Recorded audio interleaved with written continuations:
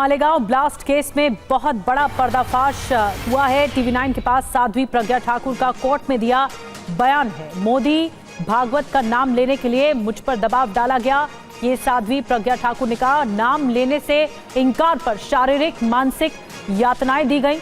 30 पन्ने के साध्वी के स्टेटमेंट में बेहद सनसनीखेज आरोप लगाए गए हैं और इस स्टेटमेंट में बाकायदा नाम लिया गया है कि मोदी भागवत का नाम लेने के लिए दबाव मुझ पर डाला गया था, यानी साध्वी प्रज्ञा ठाकुर पर दबाव डाला गया था।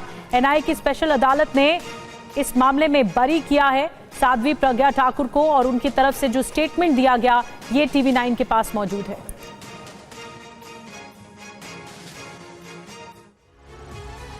तो मालेगांव ब्लास्ट मामले में बड़ा पर्दाफाश, साध्वी प्रज्ञा का कोर्ट में बयान। जी हां, नरेंद्र मोदी योगी आदित्यनाथ का नाम लेने के लिए टॉर्चर किया गया, ये उन्होंने अपने बयान में कहा था। मोहन भागवत, इंद्रेश कुमार का नाम लेने के लिए भी दबाव डाला गया। नाम लेने के लिए शारीरिक और मानसिक प्रताड़ना की गई। बाल पकड़कर मेरा सिर दीवार में पटका, गर्दन पर कोहनी से मारी, गला दबाया। पूछताछ करने वाले अफसर ने कहा, मोदी जेल जाएगा, तू क्यों बचा रही है। भगवा वस्त्रों और सन्यासी जीवन के अपमान के लिए मुझे ये यातनाएं दी गई। मुझे मोहरा बनाकर बड़े नेताओं को फंसाने की साजिश रची गई।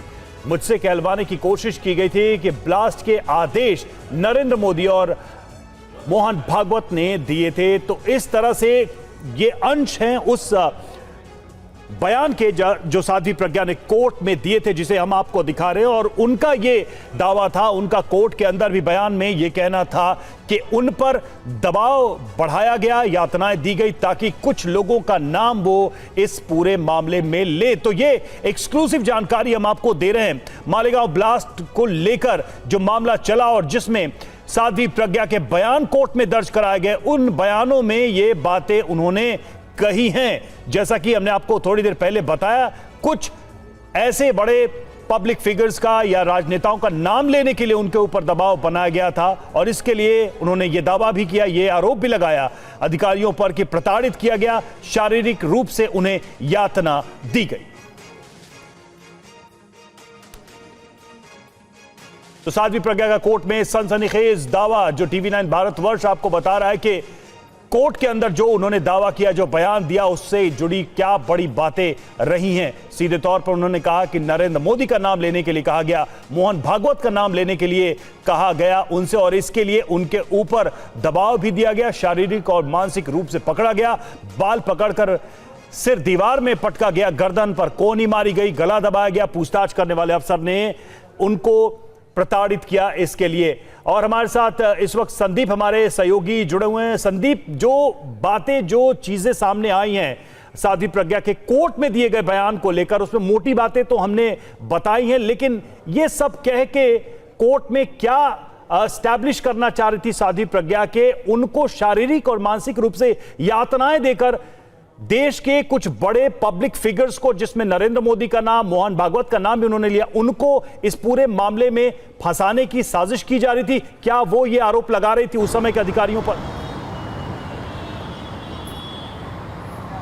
जी बिल्कुल, आपको बता दें कि सिलसिलेवार तरीके से तमाम जो आरोपी हैं उन सभी को कोर्ट एक मौका देता है। सीआरपीसी की धारा 313 के तहत सारे ही आरोपियों को यह मौका दिया गया था कि वो अपना बयान दर्ज करवाएं कोर्ट के सामने।